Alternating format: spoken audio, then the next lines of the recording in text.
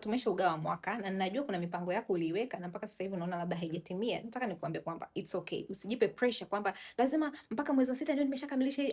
Kuna vitu huwezi kuwa kwenye control navyo. Vitu ambavyo unavyoweza kufanya control ni kujifanyia kazi na kujua ulimwengu unaendeshwa na energy, na sasa hivi kuna energy gani. Kuna kipindi ambacho huwezi kulazimisha kuanzisha biashara, huwezi kuanzisha kuingia kwenye ndoa kwa sababu energy ya ulimwengu haisupport. Sawa, kwa sasa hivi nataka niwaambie energy tuliyoanza sasa hivi ina support nini na jinsi gani unaweza kupandikiza mbegu au kujisaidia wewe ili kusaidia kwa miezi inayofuata.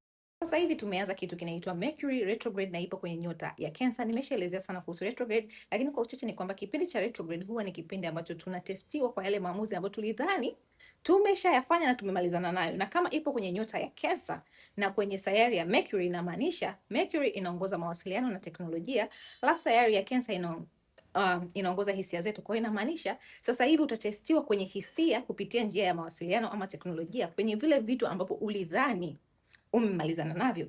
Labda kuna mtu unahisi mimi nishachana naye, si mambo ya hisia.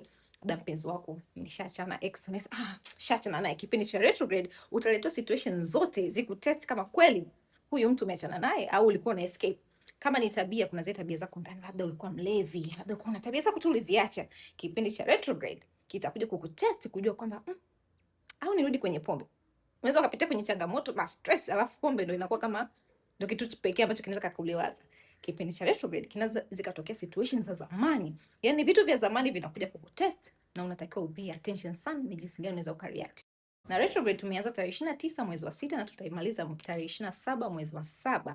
Kama Jumatatu tarehe 29 ulipata hisia za kutaka kumrudia mtu au kuna mtu alikurudia, watu wa zamani, naomba uelewe kwamba ni kipindi cha Mercury retrograde kwenye nyota ya Cancer. Kwa kuwa ushatambua kwamba sasa hivi utaletewa situations za zamani, watu wa zamani, unatakiwa ukae chini ujiulize.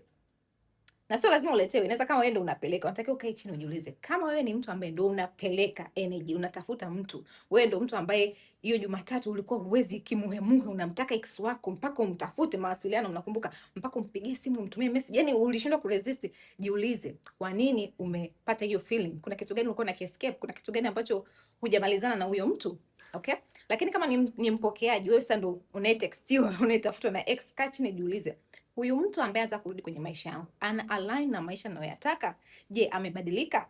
Sio kila mara watu wanavyorudi kwenye maisha yetu huwa ni kwa ubaya. Naomba nieleweke, kwa sababu mara nyingi watu wanahisi old situations zikija ni mbaya. Unatakiwa tu ukae mwenyewe na discernment yako kujua huyu mtu anaendana na mimi mwenyewe, kwa sababu kuna kile kipindi ambacho watu wanaweza katengana, alafu kila muda ambao watu wametengana watu wanajifanyia kazi. Kwa akirudi mtu jiulize, huyu wa sasa hivi anaendana na vision yangu ya sasa hivi? Mimi nimebadilika au huyo mtu kabadilika? Kama anaendana nayo